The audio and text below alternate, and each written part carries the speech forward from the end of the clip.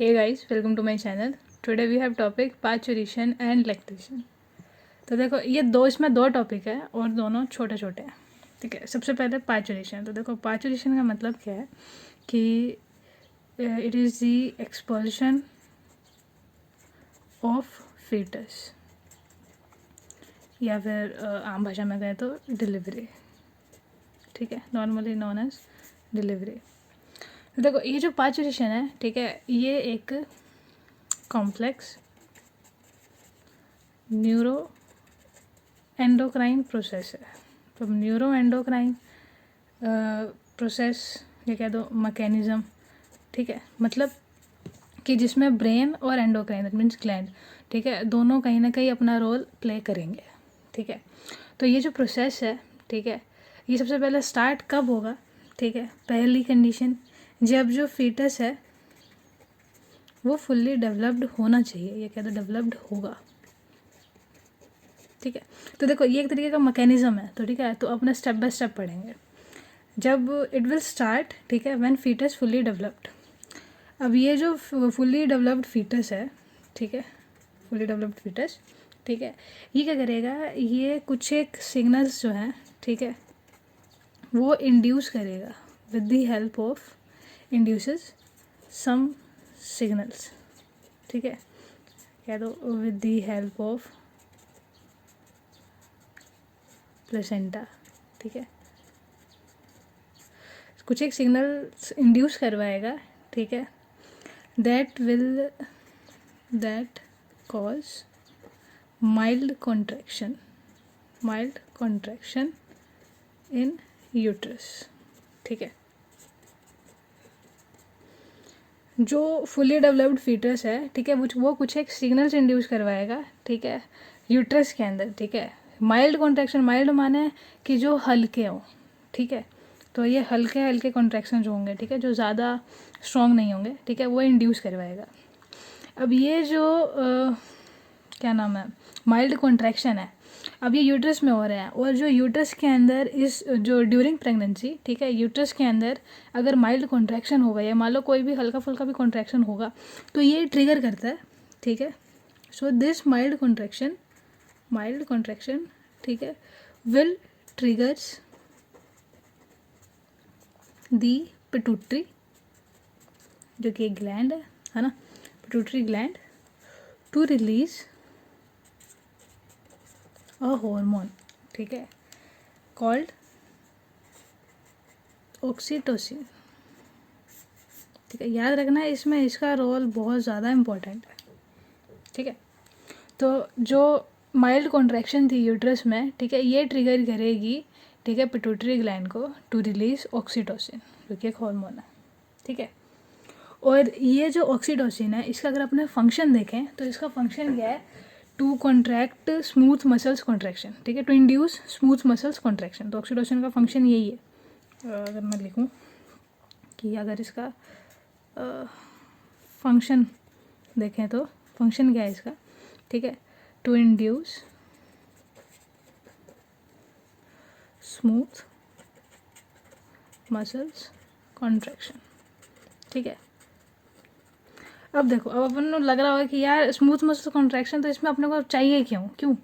ठीक है. तो देखो अपने पास जो फीटस जो है, ठीक है, वो यूट्रस में भी, ठीक है, और यूट्रस से उसको निकलना है. और निकलने के लिए क्या चाहिए? कॉन्ट्रैक्शन होनी ज़रूरी है, तभी तो फीटस आगे आएगा. ठीक है. सर्विक्स की ओर. तो ये जो कॉन्ट्रैक्शन है वो किसको करवानी थी? ऑक्सीटोसिन को. और जो ऑक्सीटोसिन है वो रिलीज़ कब होगा? जब फुली डेवलप्ड फीटस है, ठीक है, वो बताएगा मदर को कि भाई मैं आना चाहता हूँ, भाई मैं फुली डेवलप्ड हो चुका, अब मुझे बाहर की दुनिया देखनी है. ठीक है. इसीलिए वो सिग्नल भेजेगा किसको? यूट्रस को, कि भाई क्योंकि यूट्रस के पास में सिग्नल्स हैं ऑक्सीटोसिन रिलीज़ करवाने के. ठीक है. तो ये सारे का सारा मैकेनिज़्म है. ठीक है. अब देखो ऑक्सीटोसिन जो है वो तो रिलीज़ हो गया. ठीक है. अब ये जो ऑक्सीटोसिन है ये क्या करेगा? ये दोबारा आएगा. ठीक है. It will act on uterus wall. ठीक है. यूट्रस की वॉल्स पे. ठीक है. एंड अगेन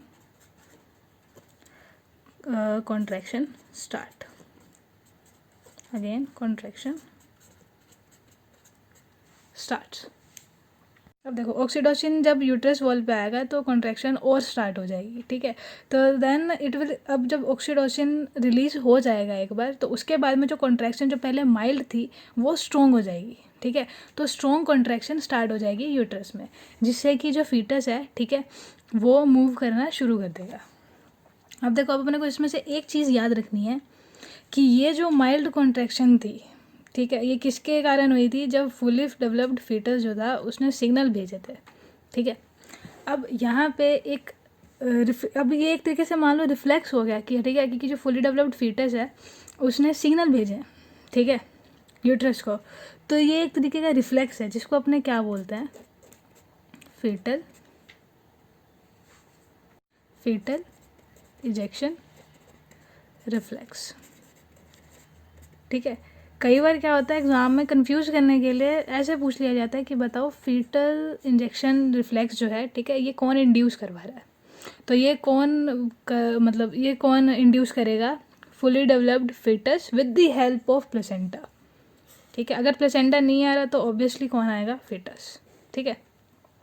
और ये सबसे पहला प्रोसेस होता है, पार्चुरेशन स्टार्ट ही यहाँ से होगा, जब फीटस जो है, ठीक है, वो सिग्नल भेजेगा, ठीक है, ताकि माइल्ड कॉन्ट्रैक्शन हो यूट्रस पे, ताकि वो जो यूट्रस है, ठीक है, वो आगे सिग्नल भेजे पिट्यूटरी को टू रिलीज ऑक्सीटोसिन, क्योंकि ऑक्सीटोसिन ही आगे कॉन्ट्रैक्शन स्टार्ट करवाएगा, जिससे कि फीटस जो है उसकी मूवमेंट स्टार्ट होगी थ्रू द यूट्रस, ठीक है, टू सर्विक्स, ठीक है। अब अपने पास देखो, अपने लास्ट में क्या आता है कि जो यूट्रस वॉल है, ठीक है, उसमें कॉन्ट्रैक्शन स्टार्ट हो गई है स्ट्रॉन्ग। अब जैसे जैसे कॉन्ट्रैक्शन स्टार्ट होगी, ठीक है, सपोज देखो अब क्या होगा, अब इसमें एक लाइन है कि as more stronger the uterine contraction it will triggers the more release of oxytocin, ठीक है। अब देखो ये तो ऑब्वियस है, क्योंकि जो यूट्रस की वॉल है उसके पास पे एक तरीके से कह सकते हैं कि अपना स्टिमुलस पड़ा है, कोई सिग्नल है, तो जितनी ज़्यादा कॉन्ट्रैक्शन होगी यूट्रस की वॉल पे उतना ज़्यादा वो ट्रिगर करेगी पिट्यूटरी को कि टू रिलीज कर ऑक्सीटोसिन। समझो, ठीक है। तो यहाँ से क्या होगा कि जैसे जैसे कॉन्ट्रैक्शन स्टार्ट होती जाएगी वैसे वैसे जो ऑक्सीटोसिन है उसकी अमाउंट भी बढ़ती जाएगी, ठीक है। और जैसे ही मान लो, अब देखो अब क्या होगा कि जो यूट्रस जो है, ठीक है, यूट्राइन कॉन्ट्रैक्शन की वजह से यूट्रस से तो बाहर निकल गया मान लो फीटस। अब अपने को पता है कि जो सर्विक्स है, ठीक है, सर्विक्स बहुत ज़्यादा नैरो होती है, ठीक है। तो अब उसको डाइलेट करने के लिए, कह दो समझ रहे हो, उसको थोड़ा सा लूज़ करने के लिए एक हार्मोन आता है रिलैक्सिन। अपन ने पढ़ा था जो रिलैक्सिन है, ठीक है, वो प्रेगनेंसी के दौरान रिलीज़ होता है, ठीक है।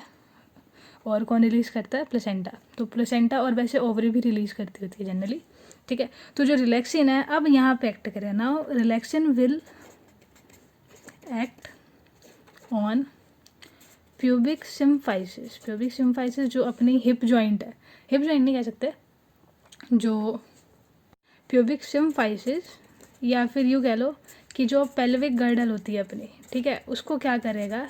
रिलैक्स करेगा, रिलैक्स कह सकते हैं, या फिर यूँ कह दो कि उसको डाइलेट करेगा।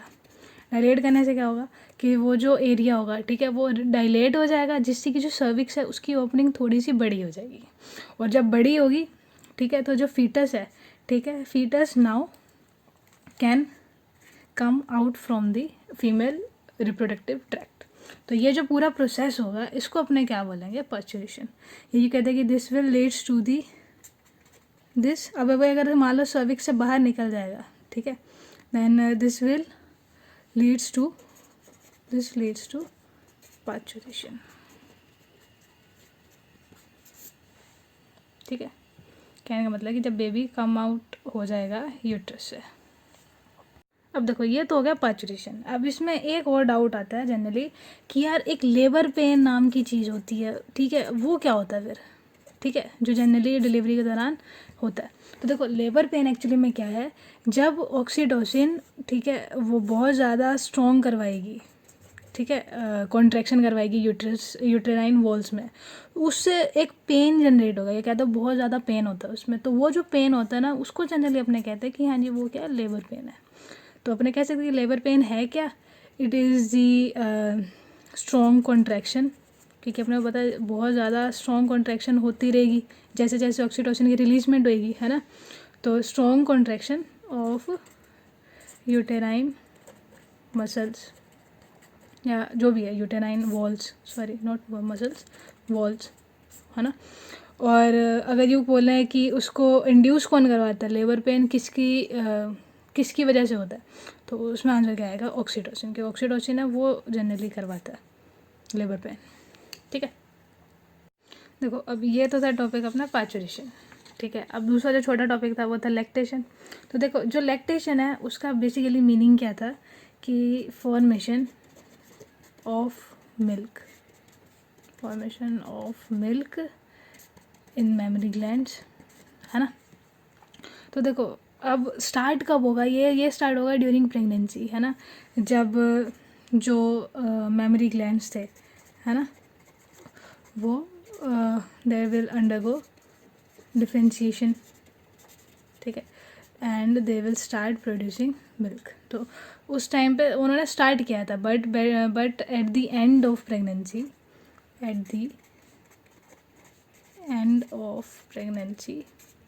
है ना, और यूँ कह दो कि जो मिल्क जो है, ठीक है, वो पूरा बन गया था, ठीक है, मिल्क विल फुल्ली फॉर्म्ड कह दो, है ना, by the end of pregnancy, ठीक है। तो उसी को अपने क्या बोलेंगे, लैक्टेशन। अब देखो अब इसमें एक चीज़ अपने को याद क्या रखनी है, वैसे देखो एक नहीं है 3 चीज़ें, कि जो मेमरी ग्लैंड है, ठीक है, वो डेवलप कौन सा हार्मोन कर रहा है, ठीक है, उसके अलावा जो मिल्क है वो कौन प्रोड्यूस कर रहा है इन मेमरी ग्लैंड्स, है ना, और जो मिल्क जो है वो रिलीज़ कौन करवा रहा है, रिलीज फ्रॉम मेमरी ग्लैंड्स, ठीक है। तो ये तीनों अलग अलग हार्मोन्स है, कौन से, सबसे पहले जो मेमरी ग्लैंड जो डेवलप करवाएगा वो कौन से हार्मोन्स है, एस्ट्रोजन एंड प्रोजेस्ट्रॉन, ठीक है। अब प्रोजेस्ट्रॉन कंफ्यूज मत होना कि खाली प्लेसेंटा ही करता है, ओवरी भी कुछ एक अमाउंट में, और कॉर्पस ल्यूटम, है ना, वो भी करता है रिलीज, सॉरी बनाता है। उसके अलावा जो मिल्क प्रोड्यूस है वो कौन करवाता है, प्रोलैक्टिन, जो कि एंटीरियर पिट्यूटरी का हार्मोन है, नहीं एंटीरियर पिट्यूटरी करता है रिलीज, ठीक है। उसके अलावा जो मिल्क रिलीज़ कौन करवाता है, ऑक्सीटोसिन। तो देख लो ऑक्सीटोसिन के फंक्शंस कितने ज़्यादा है। तो मिल्क रिलीज़ भी कौन करवाता है, ऑक्सीटोसिन, ठीक है। उसके अलावा अपने को क्या चीज़ याद रखनी है कि जो इनिशियल मिल्क होगा, ठीक है, द इनिशियल मिल्क